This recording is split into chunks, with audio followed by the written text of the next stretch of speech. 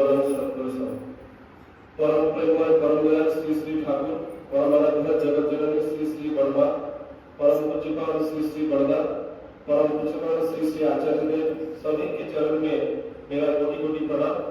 पूज्यपाद अभिनव का चरण में मेरा कोटि कोटि प्रणाम। आज ये सत्संग में उपस्थित पूज्य ऋतिक देवतागण, स्नेहमयी करुणामयी माँ, इष्ट अनुराग गुरु भाई लोग और छोटे बड़े मेरे भाइयों बहन, सभी को मेरा प्रीतिकर राम जय गुरु। मेरा यादव करने का उतना क्षमता नहीं है आप लोगों के बीच में। मैं आया था, श्रवण कुमार जी मेरा मित्र है, उन्होंने मेरे को बुलाए थे, तो यहीं पर बैठे थे, शायद बाहर गए उनके लिए। और हमारे ऋतिक देवता जो दीनबंधु सुरेंद्र, जो गैस इंडिया लिमिटेड का एग्जीक्यूटिव डायरेक्टर है, वो उड़ीसा से है और काफी ठाकुर जी का बहुत बड़े डिवोटी है और काफी सेवा करते हैं ठाकुर जी का। काफी अनुभव रहा है उनके साथ मेरा। तो मैंने उनको कल रात को फोन किया कि आपसे मिलना चाहते हैं, श्रवण कुमार जी है, उनको भी मिलाना चाहते हैं, वो झारखंड से है। तो इनके घर में सुबह आए और उनका जो सहधर्मिणी है, पत्नी है, वो तो सामने बैठे हैं। इनके बारे में मैं क्या बोलूं, वो तो जन्म से वो ठाकुर जी के बहुत बड़े डिवोटी है और वो दीनबंधु को भी खुद प्रेरित करते हैं कि आप भी ठाकुर जी को पकड़ के सत्संग के रास्ते में चलिए। ऐसा बहुत चंद माँ लोग होते हैं, उनमें से रेया ये है। तो इसी बीच में आना हुआ तो मैं कुछ चंद शब्द बोलना चाहता हूँ कि ठाकुर जी के बारे में जितना जानता हूँ वो आपके सामने रखूंगा। हिंदी उतना मेरा ठीक नहीं है, गलती होगा तो माफ कर दीजिएगा। देखिए, ठाकुर जी जो है वो कलियुग का पुरुषोत्तम है, प्रॉफिट है। प्रॉफिट यानी कि जितना भी पास्ट प्रॉफिट है, चाहे वो यीशु क्राइस्ट हो, जीसस क्राइस्ट हो, मोहम्मद हो, रसूल हो, राम जी हो, कृष्ण भगवान हो, कोई भी धर्म का कोई भी पुरुषोत्तम पहले आए हुए हैं, वो सारे जो प्रॉफिट में विराजमान होते हैं, आज का जो पुरुषोत्तम है उनके अंदर जो विराजमान होते हैं, उन्हीं को हम बोलते हैं पुरुषोत्तम प्रॉफिट। और वही है श्री श्री ठाकुर और कुलचंद्र। और उनका जन्म जो हिमायतपुर में हुआ, आप सबको पता होगा, एक छोटा सा गांव जहां पे मुस्लिम ज्यादा थे, हिंदू कम थे।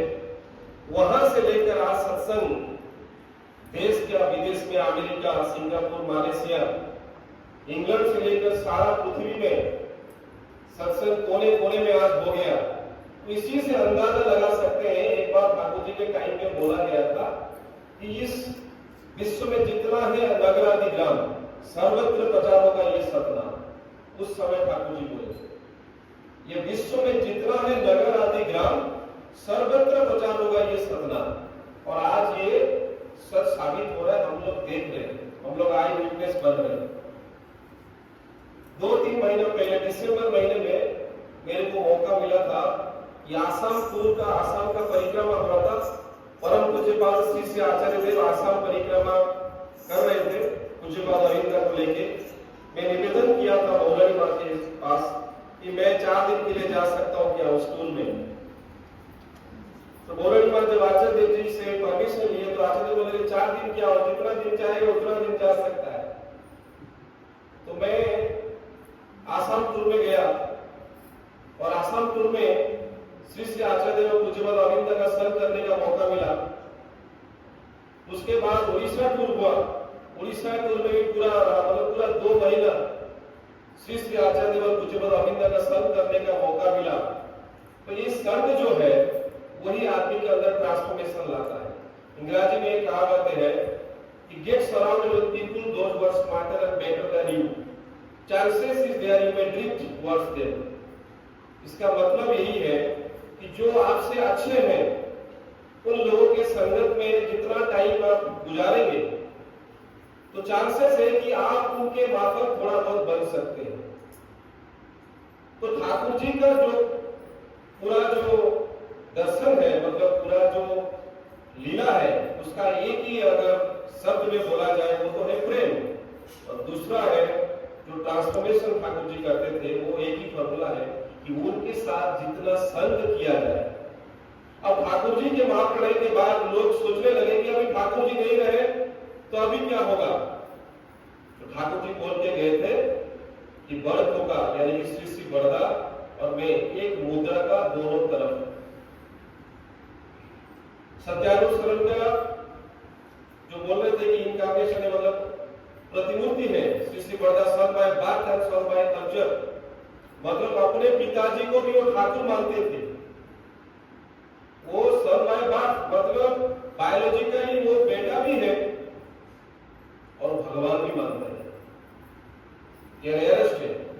और आज सत्संग को एस्टैब्लिश ठाकुर जी, श्री श्री ठाकुर जी के बाद श्री श्री बड़दा ने जो कष्ट किया, इसलिए आज हम सब जगह में ऐसे छोटे छोटे मंदिर देखते हैं। और उसके बाद श्री श्री दादा ने भी बहुत मेहनत किया और अभी श्री श्री आचार्य देव भी काफी मेहनत कर रहे हैं।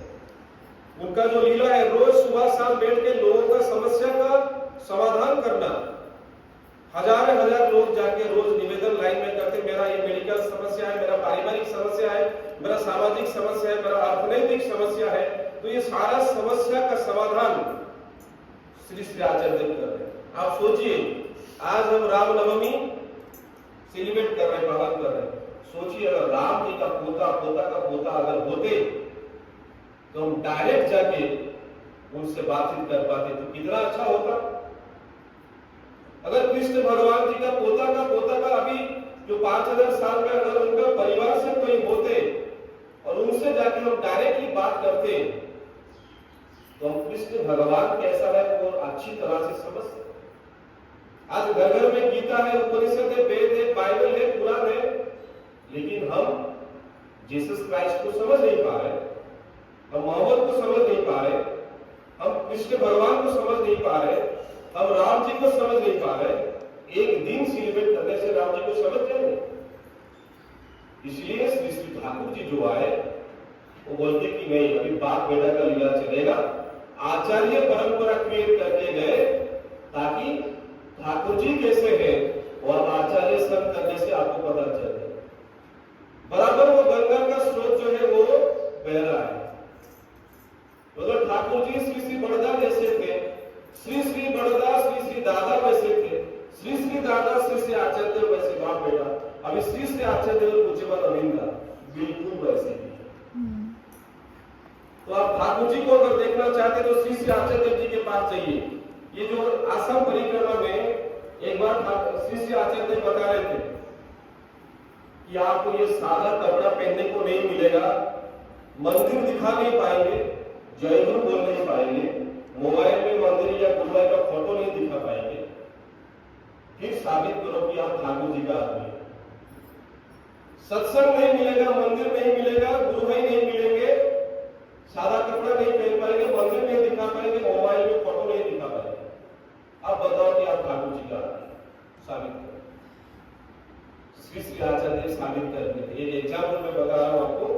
हिमाचल में श्री श्री आचार्य और गवर्नमेंट में नॉर्मली ऐसे कोई सत्संग का आचार्य बन के नहीं गए थे, ऐसे ही घूमने के लिए गए थे। जैसे मैं आपके पास आया था घूमने, वहां पे गांव में जाके 2 महीना रुके थे। उसके बाद में बात बताऊंगा स्टोरी।